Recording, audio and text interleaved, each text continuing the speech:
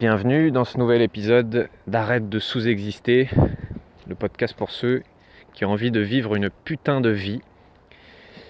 Oui, je dis putain, parce que dans la vraie vie, je dis putain aussi, donc dans le podcast, je vais dire aussi putain. Même si on m'a dit, mais tu sais Charles, dans un podcast, il faut être respectable, il faut faire ci, il faut faire ça, mais bon, comme mon message c'est incarne l'être unique que tu es, et que l'être unique que je suis aime dire putain, je vais dire putain dans ce podcast. De quoi je vais te parler aujourd'hui ? Je vais te parler d'une des choses qui a été les plus transformatrices pour moi dans ma vie. Et je parle de vraie transformation, pas seulement de quelque chose qui m'a un peu aidé dans mon quotidien. Alors il y en a eu plusieurs. La toute première, ça a été de prendre la responsabilité totale de ma vie. C'est-à-dire prendre conscience que tout ce qu'il y avait dans ma vie, c'est moi qui en étais responsable, que ce soit les choses que j'aimais ou les choses que j'aimais pas. La deuxième, ça a été de reconnecter à mes vrais désirs, c'est-à-dire prendre conscience de quelles étaient mes aspirations profondes et me faire accompagner pour ça. Et puis chaque jour, poser des actions dans le sens de ces vrais désirs-là et me débarrasser de tous mes faux désirs.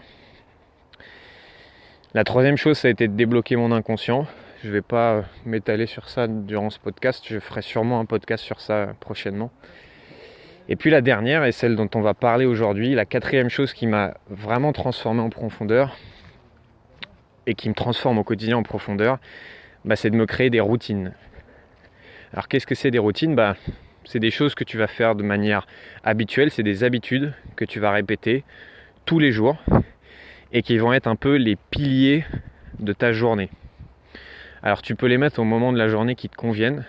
Tu peux avoir des routines du soir avant de te coucher, tu peux avoir des routines le midi, tu peux avoir des routines le matin en te levant.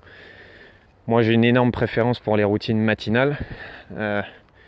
Pourquoi ? Parce que le matin c'est le gouvernail de ta journée. La première heure de ta journée, c'est la plupart du temps ce qui va guider la suite de ta journée. Un peu comme un sportif qui commence un match. Imagine un basketteur, s'il met ses 3 premiers paniers, qui fait une super passe, qui gagne 2 ballons, il y a de très fortes chances pour que la suite de la rencontre il soit très efficace. Et à l'inverse, s'il commence par rater tous ses paniers, qu'il tombe par terre et qu'il perd 2 ballons, ça va être plus compliqué. C'est pareil pour tes routines en fait. Tes routines, en les mettant le matin, ça va te permettre de te mettre dans un état d'être, dans un état émotionnel qui te convient à toi et qui va permettre de faire en sorte que la suite de ta journée, ce soit un cercle vertueux et que le positif entraîne le positif. Je suis sûr que tu as déjà vécu des journées où tu te lèves le matin et puis tu n'es pas de bonne humeur et puis du coup 90% du temps tu passes une journée de merde parce que cercle vicieux, tu es de mauvaise humeur, donc tu as des pensées, des émotions négatives qui entraînent des actions négatives, etc. etc.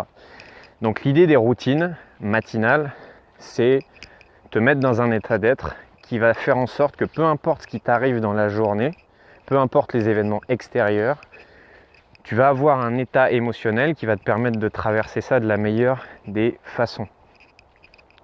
Donc ça, c'est le premier objectif des routines, te mettre dans un état d'être qui va te permettre ça. Et le deuxième objectif des routines matinales, ça peut être aussi de t'aider à atteindre un objectif sur le long terme. Je te donne un exemple. Moi, mon vrai désir numéro 1, c'est d'apprendre et d'enseigner sur le fonctionnement de l'être humain. Dans mes routines matinales, j'ai une partie lecture où je lis des livres sur comment fonctionne un être humain, sur de la spiritualité, etc., etc. Ça fait partie de mes routines. L'idée, c'est pas que... parce que la question après, c'est du coup, qu'est-ce que tu mets dans tes routines ? L'idée, c'est pas que je te dise, moi, qu'est-ce que je fais dans mes routines pour que tu puisses imiter et faire pareil, parce que ce qui marche pour moi ne va pas marcher pour toi.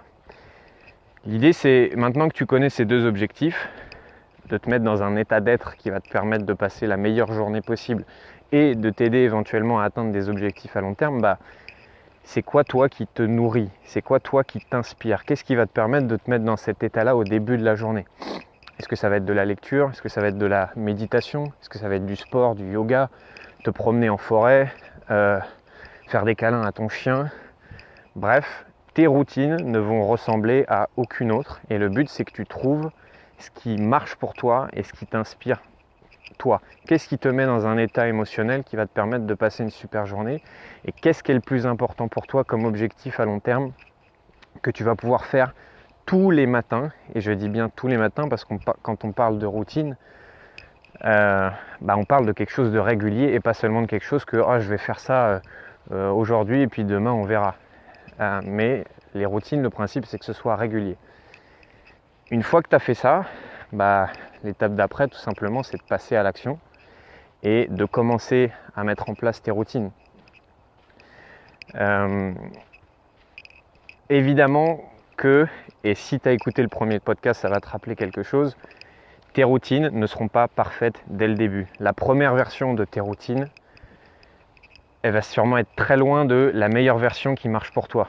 Et peut-être qu'au bout d'une semaine, tu vas te dire « Ah ouais, mais ça c'est trop long. Ah ouais, mais ça en fait, j'ai pas envie de le faire. Ah ouais, mais je ferais bien plutôt ça à la place. » Et c'est normal que ça prenne du temps. Personnellement, j'ai mis 6 mois à trouver des routines qui me convenaient pour moi. Et c'est un chemin qui ne s'arrête jamais, c'est-à-dire qu'encore aujourd'hui, je continue d'adapter mes routines en fonction de la période dans laquelle je suis, en fonction de mes objectifs.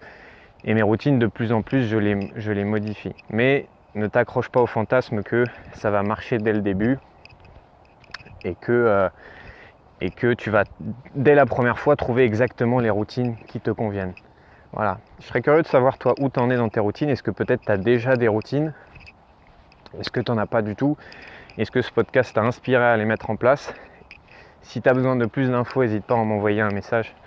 Et si tu veux aller plus loin, et si ce n'est pas déjà le cas, j'en ai pas encore parlé jusqu'ici, mais tu peux rejoindre le groupe Facebook qui s'appelle « Arrête de sous-exister », comme ce podcast, et « Vis ta putain de vie ». Donc si tu es intéressé, tu vas sur Facebook, tu tapes « Arrête de sous-exister » et « Vis ta putain de vie » et tu cliques pour rejoindre le groupe. C'est un groupe gratuit. Et voilà, tu as juste à cliquer pour rejoindre le groupe.